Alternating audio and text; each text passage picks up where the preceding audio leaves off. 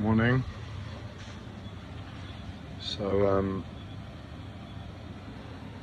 using the live stream this morning to just get myself out of the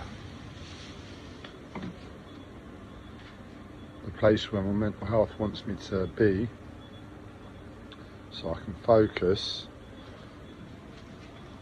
and get on with things. Just to be clear, getting on with things isn't the best thing to do ordinarily in terms of dealing with mental problems. From my perspective, I'm a seasoned veteran in terms of mental health survival techniques, and that's one of my spiritual understandings. That's it's attachment, really, isn't it? You don't really want to be doing stuff attached to action in terms of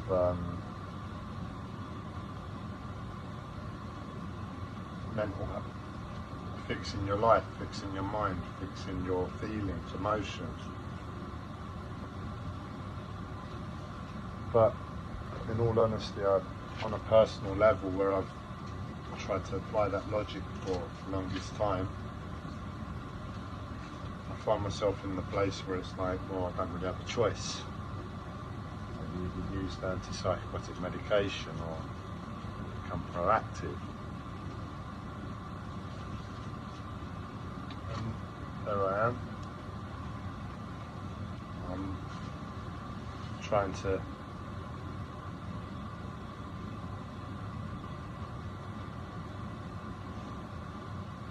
just assess the situation. Is a bit like mindfulness for me, because with mindfulness, it's a similar thing. There's not really much room in my life to apply meditative practices, mindfulness, even exercise at the moment, and that will and can happen to human beings.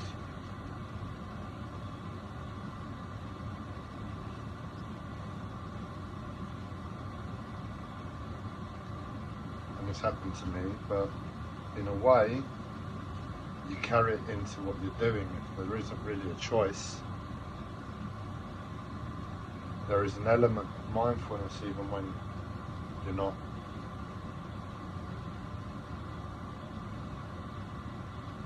necessarily doing the archetypal practice.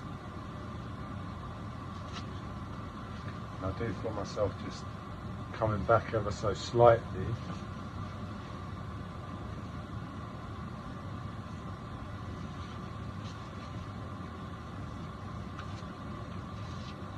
So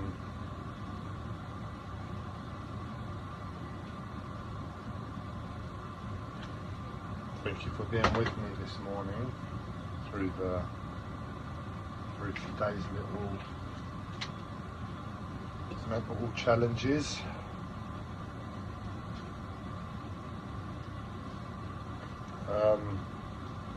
Lots to do, lots to get on with,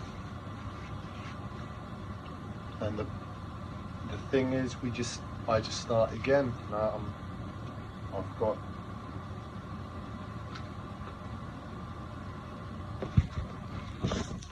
a long spell of constantly falling over and over again, and so I can find some stability in life.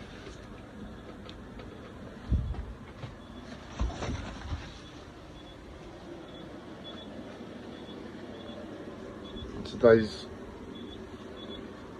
really the first day of that, because I don't know what's happened, but I think it's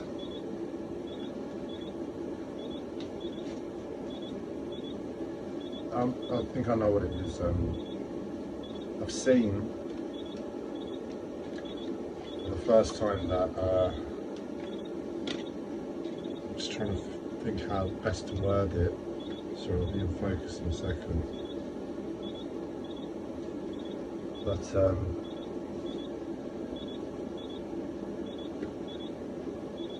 there wasn't enough in my life for me to hold to in strength.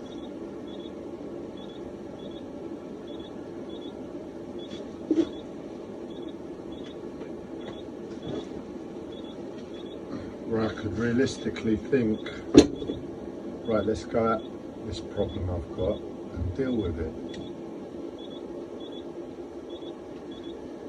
Something's occurred to me in the last few days of an action plan, something that's as realistic as it's ever going to get. I mean, if you'd asked me 6 months ago, well, what about this, Andreas? Do you reckon this will work?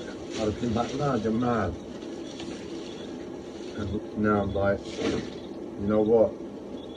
I was destined for a lot worse. If I go through this and this can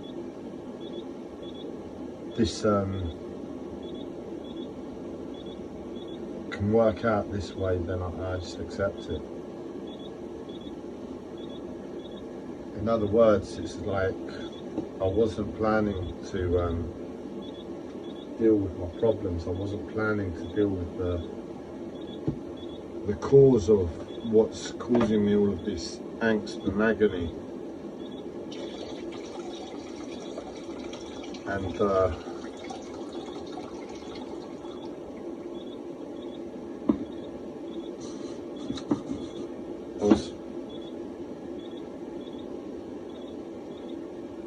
I was more than, well, not more than happy, but I labelled it as just external situations that are like asking me to be godly. Like, in other words,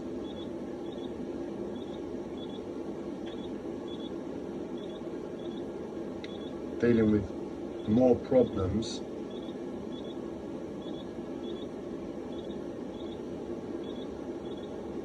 than my mind can comprehend. So it's like I start to imagine your life, a simple life when you're a child, and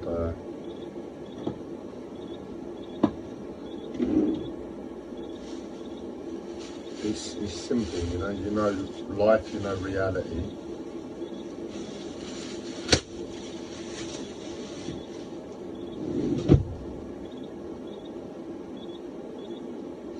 You know your problems, you know why you have your problems, and you know adults.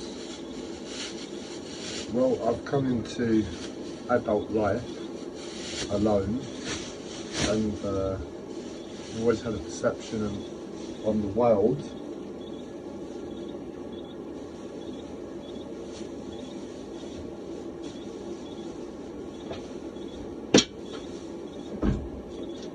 what's led me to the point of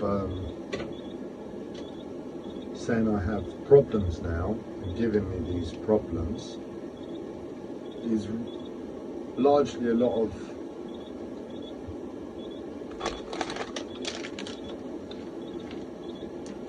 lack of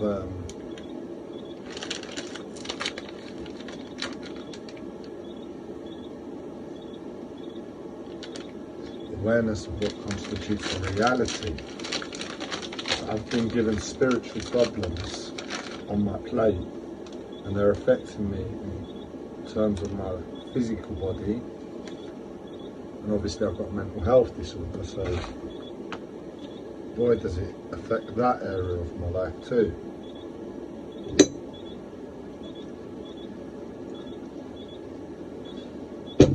And I'm like seeing these problems, and I'm thinking, you're asking me to deal with spirituality here, man.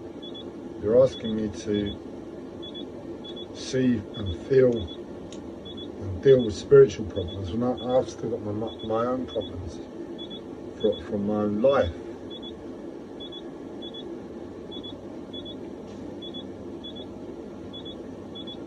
No, thank you. You're asking the wrong person. It's illogical. Anyway, they've not gone away. They're still here. And it's been so long now that I realise they're not going to go away. And I realise the way I can deal with it up to now hasn't really been an option I could take.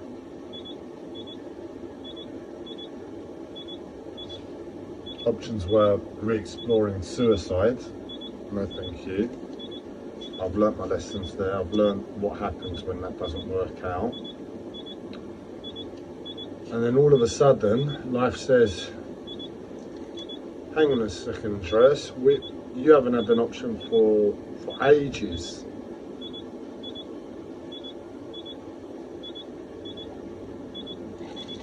I'm going to give you an option. And he gave me an option, and the option looks absolutely terrible. It's like, we'll actually give you something you want on top. And it's a very humble desire, a very humble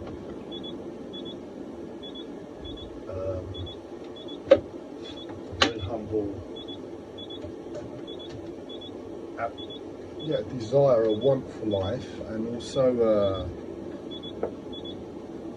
it's healthy, you know, whatever. I'll explain it in a second. Basically, last year,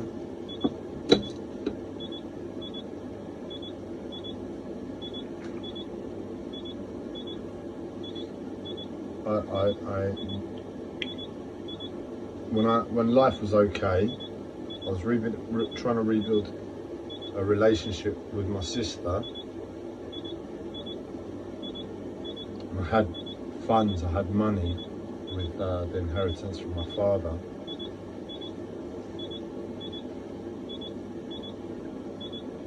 I realised the one thing I really wanted in this world, more than anything,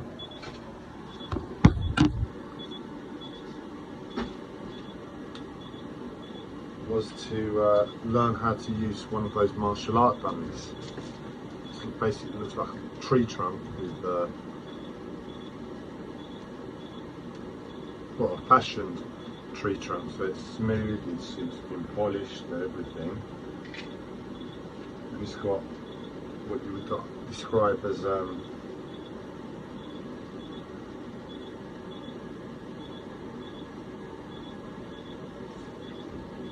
branches coming off it. And it's not branches, they're meant to replicate and represent arms and limbs of the body.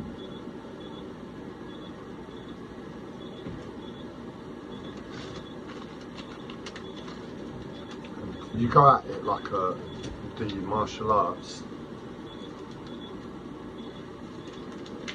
but it's the reason I wanted to do that is because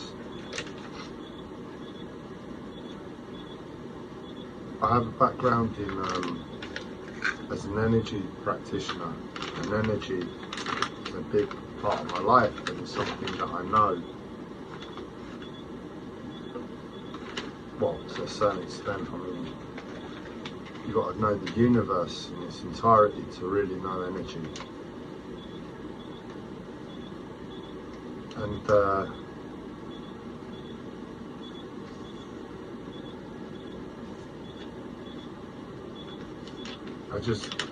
I watched the martial arts movie, and it's like I saw the mindfulness, the meditative practice in that place that one can get to through physical movement, but it being totally based in energy.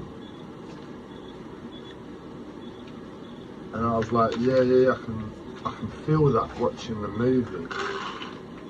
That's really what I want to do, man. That's what I'd love to do. So I've got one from eBay, one of these dummies. What are they called? Wooden dummy, that's it.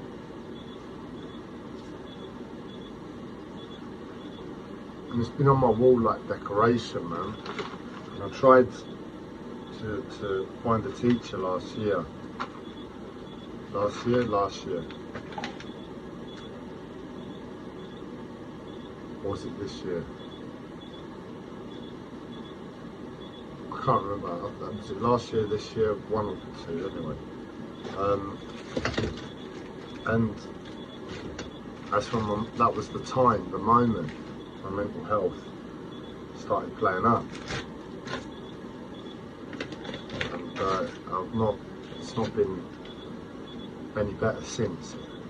It's been a lot worse. And I went to the teacher, I managed to go to a few lessons, and it was really good. I was like, yeah, I can see how this is helpful, blah, blah, blah. How I can really get in, I was getting to that point,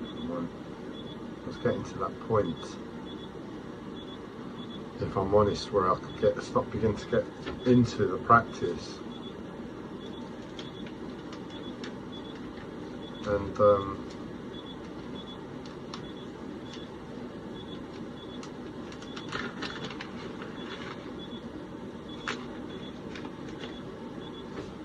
on the way to class one day, I experienced one of the more negative aspects of my mental health.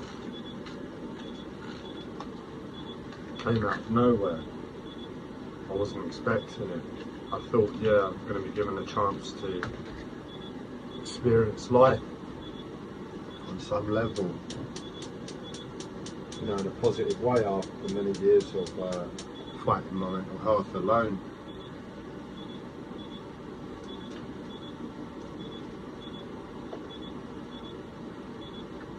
And it turned up out of the blue, and it knocked me for 6, as they say in cricket.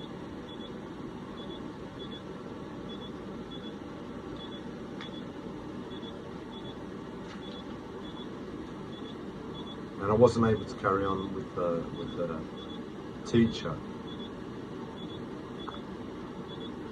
I had to stop there and then.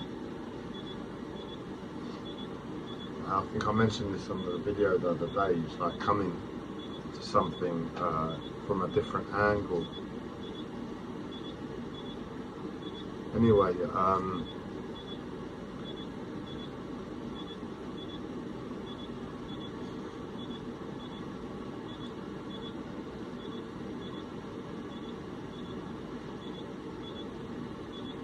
the idea popped into my mind. Look, the plan is basically I'm moving onto the boat, and the hope is to move to Bristol with it, because the canals, the rivers, they go to Bristol. And I can't go to Brighton, which would have been the ideal, because I've lived in Brighton before. I know the place, and it's got a hippie type of culture, which I resonate with,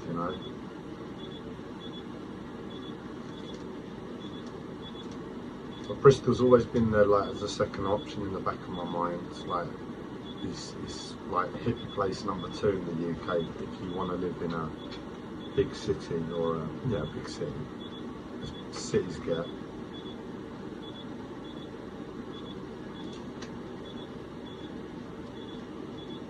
So that was the idea, just possibly going to Bristol. As my mental health has got worse, it's like I'm realising that the journey there would take a couple of months, at least.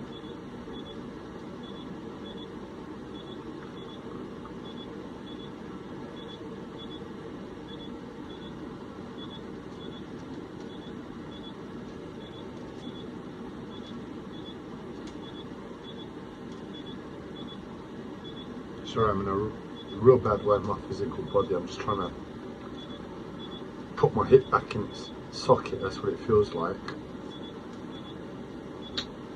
And I was almost about to push away the idea and think I'm just going to stick around in London for a while. But the weirdest thing happened. I listen to life. That's how I decide what I'm going to be doing and stuff like that. My spiritual understandings. I've just learned to read life. And because I'm alone, I don't speak to people other than the live streams.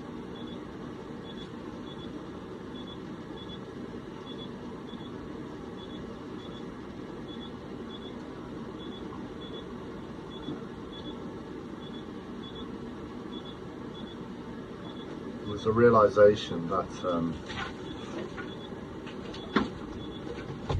it's probably not the best thing that we torture us to deal with all of that, those problems I have over those few months alone. But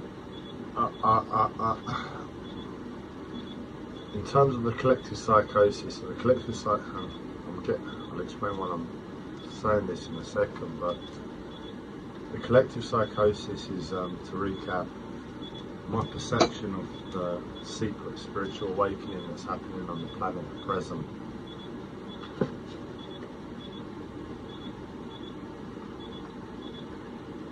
And how a lot of the people I interact with on a daily basis, so the people in the shops, when I go and do my shopping, the people from the mental health team, are all awake to it. But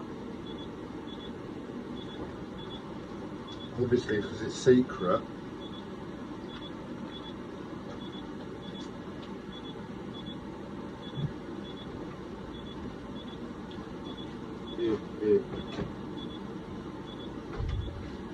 it's not to be seen, you know. I might have to sit down. I'm gonna have to sit down. I'll say what I need to say on the live stream and then get up and get on.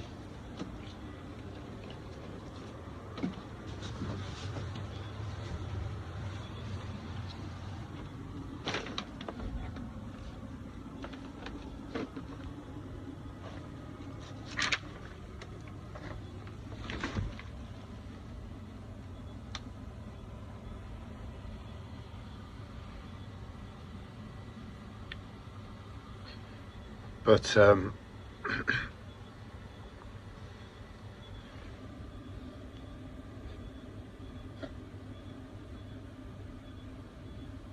a lot of people just partake within daily life, and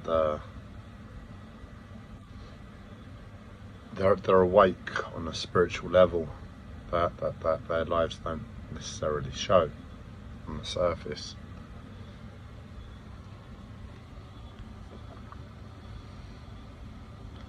And sorry, I'm really trying to just tune into my body.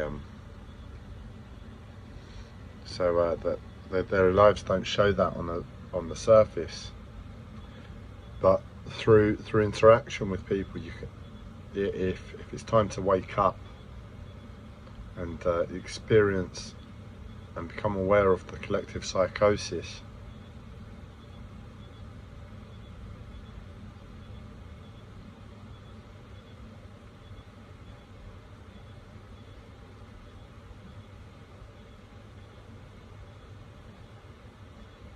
People make it known to you. It's like the scenes that from thousands of years ago, time of Jesus. I went to a workshop once, and I was told that every 2,000 years or so, their scenes begin to come out of hiding and wake up humanity. And they'll come up to you in the street, and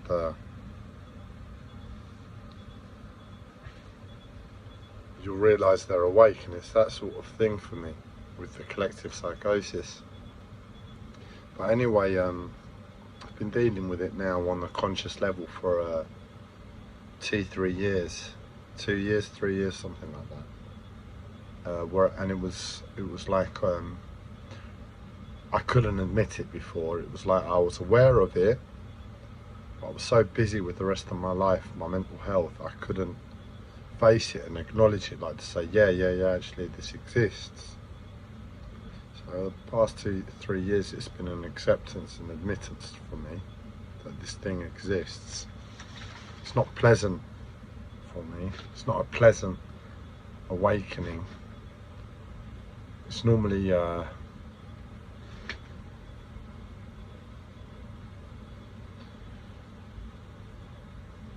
ways to antagonize you out of the present moment and instigate some level of discomfort or pain into your life at that moment that throws you off and keeps you in that place of a mental health disorder.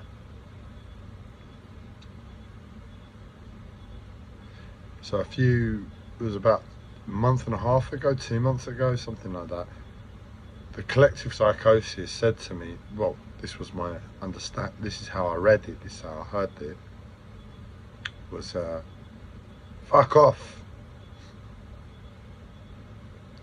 In other words, the collective psychosis has told me to go to Bristol. And I didn't think much of it, I just acknowledged it at the time, and nothing really changed for me in terms of seeing that journey to Bristol, that new life, as anything, as achievable. I just thought I'd get 2 weeks into the journey, find myself stranded in the middle of nowhere and experiencing all the pain I've got. And that's exactly what will happen. And I'm like, I don't know if I can do that, but I hear what you say, and I just sat with it. And I didn't make my decision, and all of a sudden, it's like at the same time, life said to me, Andreas, you know that wooden dummy that we told you you're not allowed to use last year? Well, now you can use it again. Go to Bristol and beat the shit out of that wooden dummy, beat the crap out of that wooden dummy, get healthy with it because it's exercise, get back into your body with it, and use that as the positive through the journey. Use that as your food, your nourishment, because everything is going to be difficult.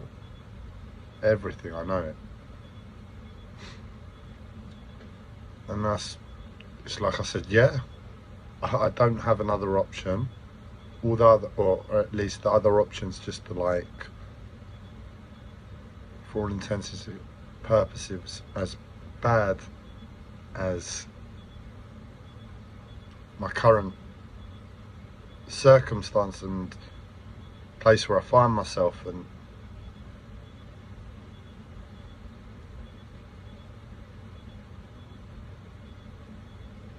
that's what I'm planning to do.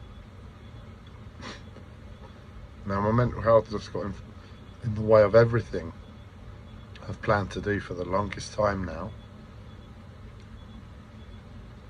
So if it comes to fruition or not, we'll see. But that's essentially a positive. It'll be painful as hell, nothing's ever going to change that, but there's a way I can become strong within the process. And that was the first thing I put in the car to take back to the boat in moving my stuff, because I'm packing now, but it might realistically come about that I'll have to leave on abruptly due to my life and my mental health. It might be like, right, I can't stay at the flat anymore. It's too traumatizing.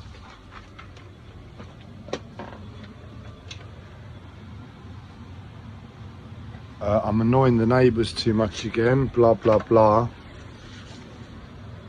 This is what life has allowed me to pack. I take that and that alone So I put that in the car first. If I leave with nothing else, I've got that. I've got a couple of therapy devices I need to put in the car as an important 2 and 3. But I mean, really, going through my stuff over the past few days, there's not a lot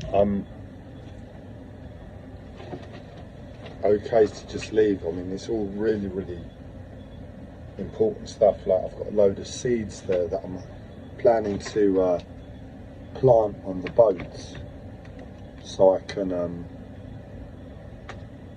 grow like juicing grasses and keep healthy. And there's a fair amount there, good value, and I've got a lot of stuff. I can't deny it, but it is practical. Other than the guitar, I'm just looking there, that I've kept since my 16th birthday when my parents bought me it, and I've not really learned to play it. Well, I tried to learn. There was a reason why I stopped. I wasn't getting into the groove with it, and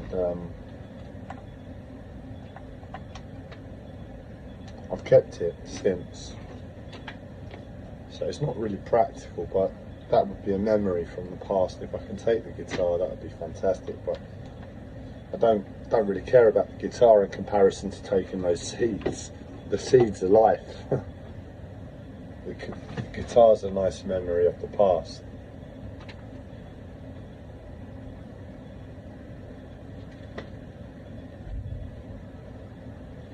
So I'm just structuring my life like that. Right this second, I'm going to take all the artwork that I've collected from school and I've done as a child, and all the fact that I picked up from the family home and I was clearing my stuff out, and I'm basically going to chuck it all. I don't have the space in my life to keep memories like this any longer. And unless there's something I actually wish to put on the wall, because it will be quite a while before the boat is decorated to any standard that a normal house and home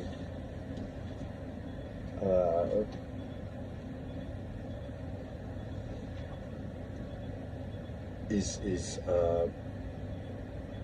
decorated to. But I'm happy with that, you know. In my own way, I'll decorate it here and there until the whole boat is decorated one day. But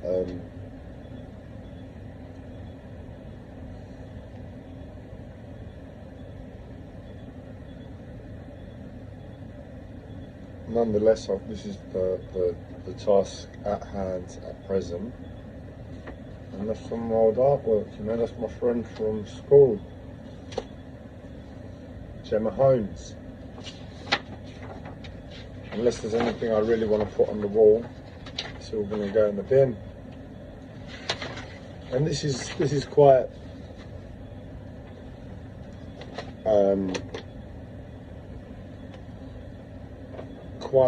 how can I put it? A big thing, a big letting go for me. I'd love to have held onto these my whole life.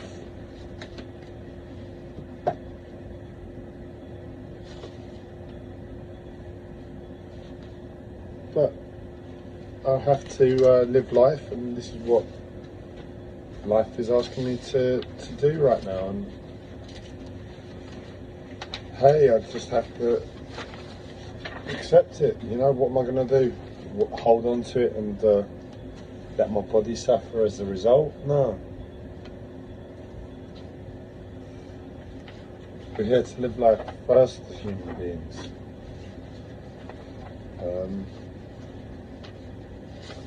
That's my grandmother. My mother's mother, the one that inherited, that was gifted Babaji's, I was going to say emotional body, and it has been what it is in terms of spirituality, and in terms of the teachings my uncle gave me, and in terms of what I'm being shown by life and spirituality, so the information that's coming to me. I think my dad drew this, what was his name? That musician. I can't remember his name. Dad was a good artist.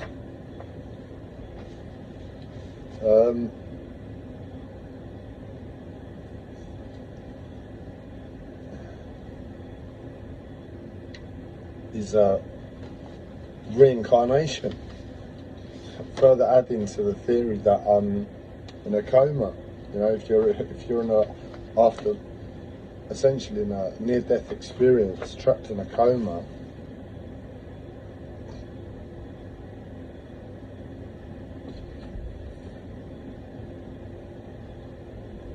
you're going to be taught about life and death. And in terms of my uncle's teachings, the 5-body Qigong,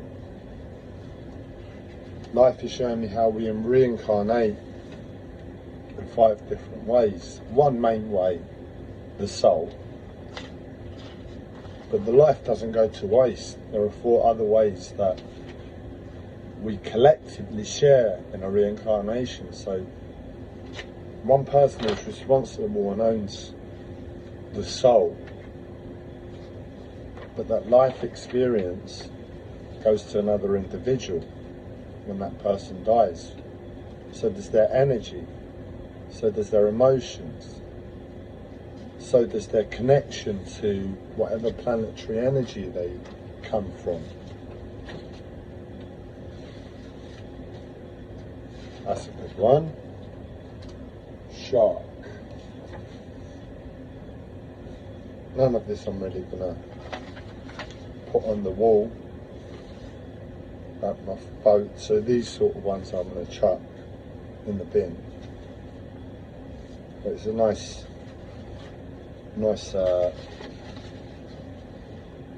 reminder just to look over one last time before they go. This guy reminds me a bit of me, Wolverine, with all the hair.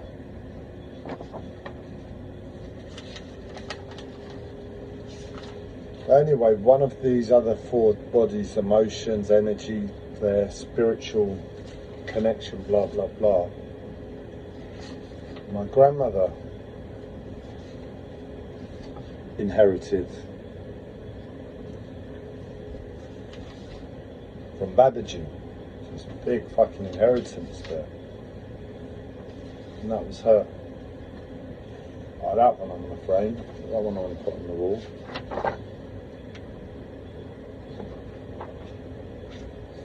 I just used to zone out to art. These all remind me of my friend George, because that was something we did.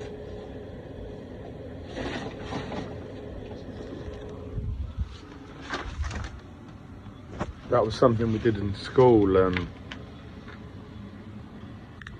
We just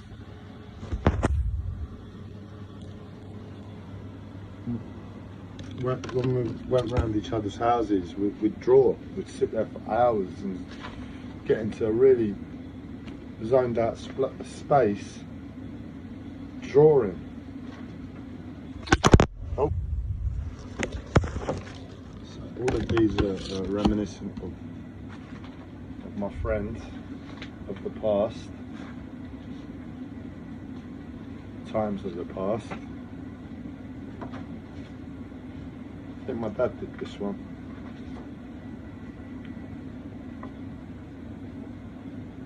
Nobody would have guessed it. The idiot builder my dad was, he could actually draw.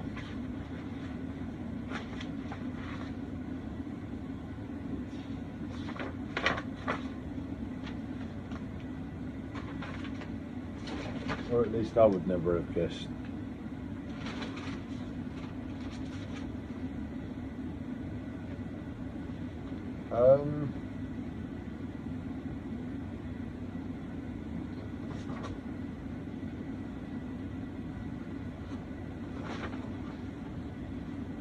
But yeah, I just used to zone out and do artwork for ages, and it's like on some level, if you've got a mental health disorder, this is the sort of stuff you need to be doing in this world to balance out the insanity that is the world.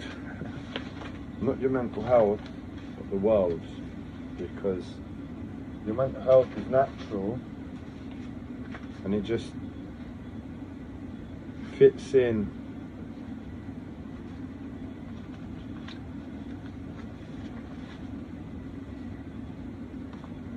Oh, must have done this when I was really young. Yin Yang symbol.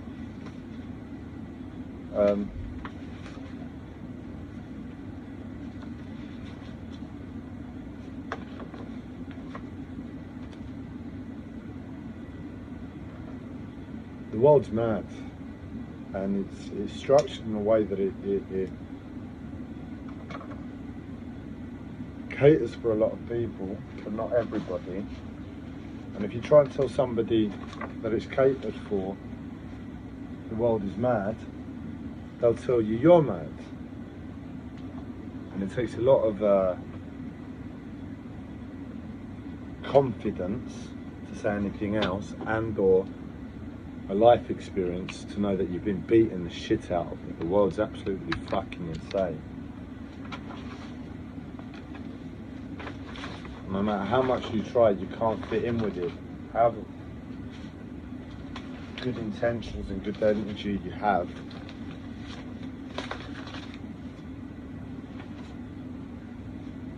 and it's not really right.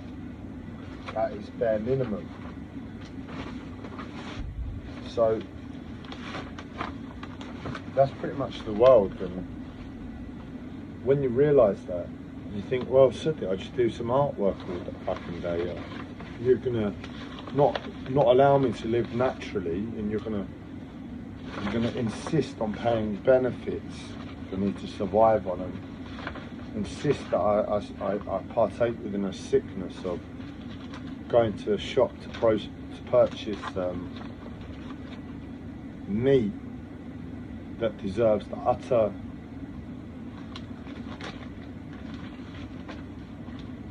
the utmost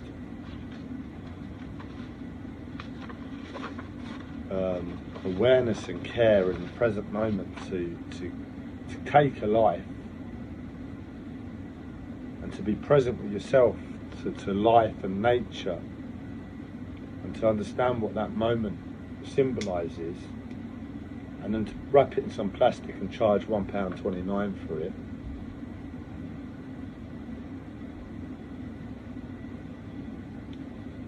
Breeds sickness.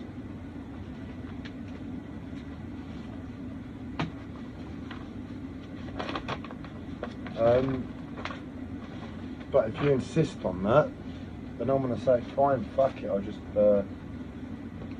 sit and do some artwork all day long, or do this artistic thing or that artistic thing. I said it, I'll take this one. I kind of like it. It's a bit mishmashy, but I think that was the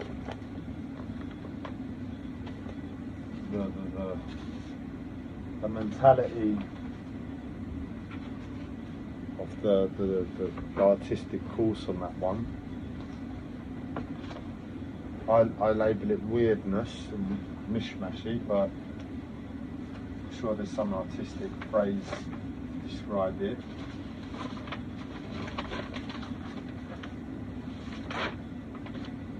And this is what we should be doing, because it's healing and it's balancing this out, the insanity of our lives. But I've not really found the time for artwork within my mental health. I've tried to do other creative things.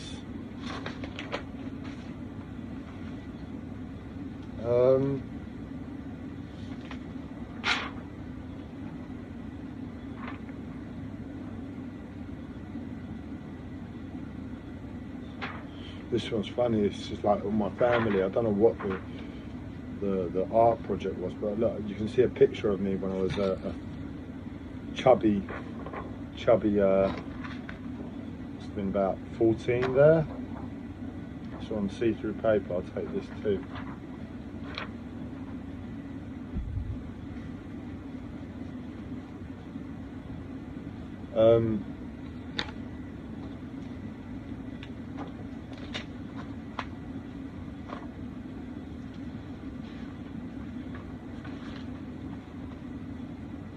And this is what we should be doing on a daily basis, just to balance it out.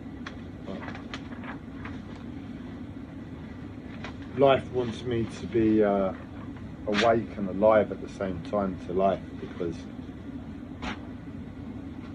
it's so easy to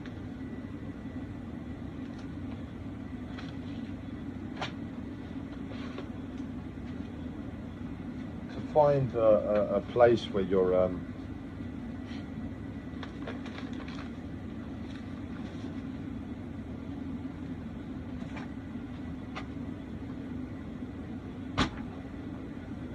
it's very apathetic at the same time, isn't it? It's accepting the world, accepting a very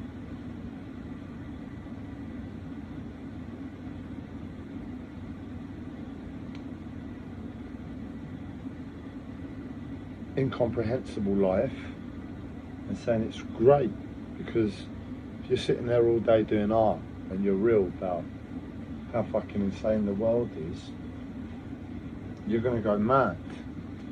You're going to go mad doing artwork all day long if that's your drive. I mean, unless you keep a specific tone to life in mind, like, you know what, fuck this society. You know, really, really truthful to yourself.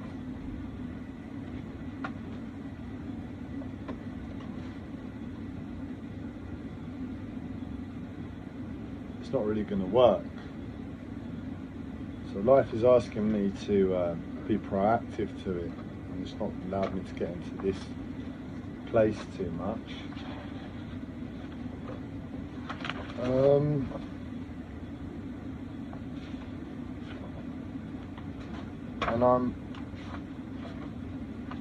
well, I wouldn't say I'm rising to the challenge, but I'm being pushed up to the challenge. And oh man, I miss it. I miss doing artwork. It's just like such a nice thing to do. I'm seeing all these drawings, like I got halfway to, and it's like, oh, I'd love to get a blank paper and sit there and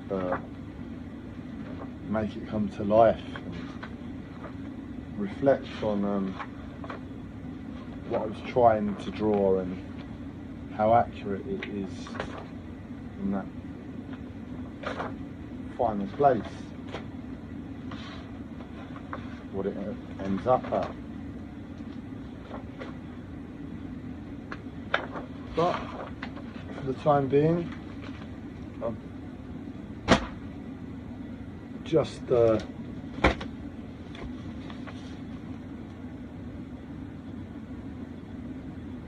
I just want to read this. It's only short. I must have done this when I was really young.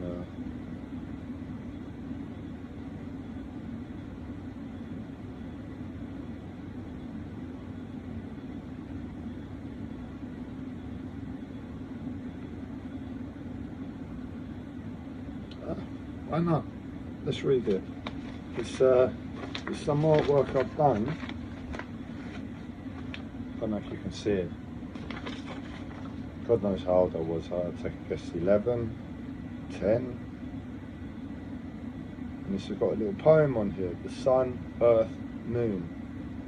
Sun, earth, moon. The sun with its gleaming power, the moon with cheese, and the earth with its people that live in a dream. Sun, earth, moon. The sun with heat, the moon with its small sleep, and the earth with its dry wheat. Sun, earth, moon. The sun gives us heat, the moon gives us sleep, and the earth gives me everything I need.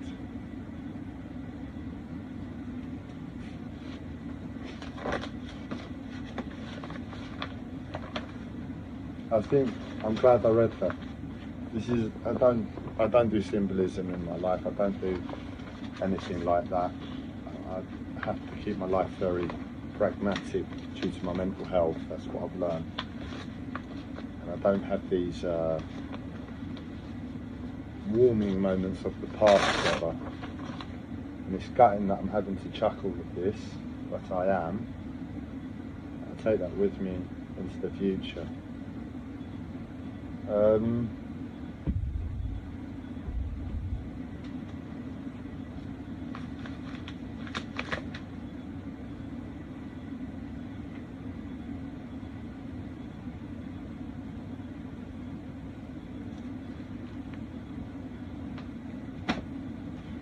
Yeah, but again, I posted the other day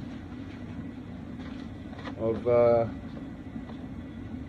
new four corners symbol. The four corners represent the four tribes of Earth: red, yellow, black and white, but they leave off brown. And well, the brown tribe number in their billion, well, that's just for India. The brown tribe number more than 1 billion. They make a fair percentage of that,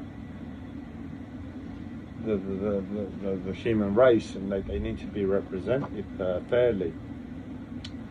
And through geometry,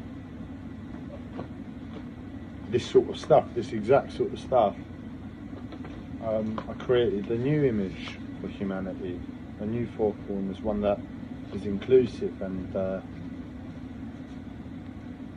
keeps balance within the dynamics of shape and form.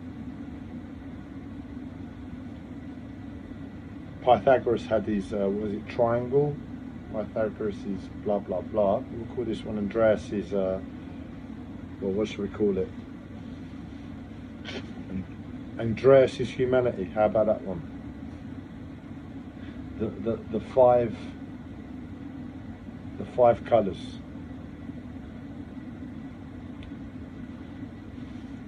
If you want to have a little dwell and allow your mind to enter some spiritual concepts, ask yourselves, why is it this sacred symbol that represented humanity only had four colours on it? And how is it possible that the fifth colour, brown, which we can't deny is as equal as the other four colours, with the mass population, not only that, with ancestral DNA from the Aboriginal tribe, outdating pretty much any other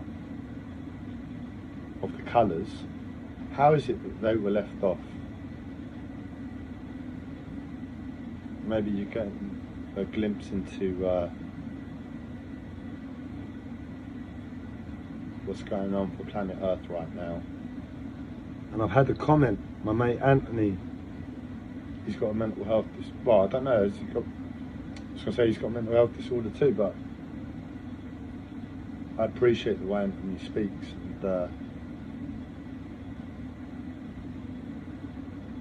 and just being friends with Anthony, knowing the way he speaks through whatever challenges Anthony has in his life, because, well, I won't go into detail, but through remembering Anthony, he's given me the ability to speak on some level. So cheers, mate.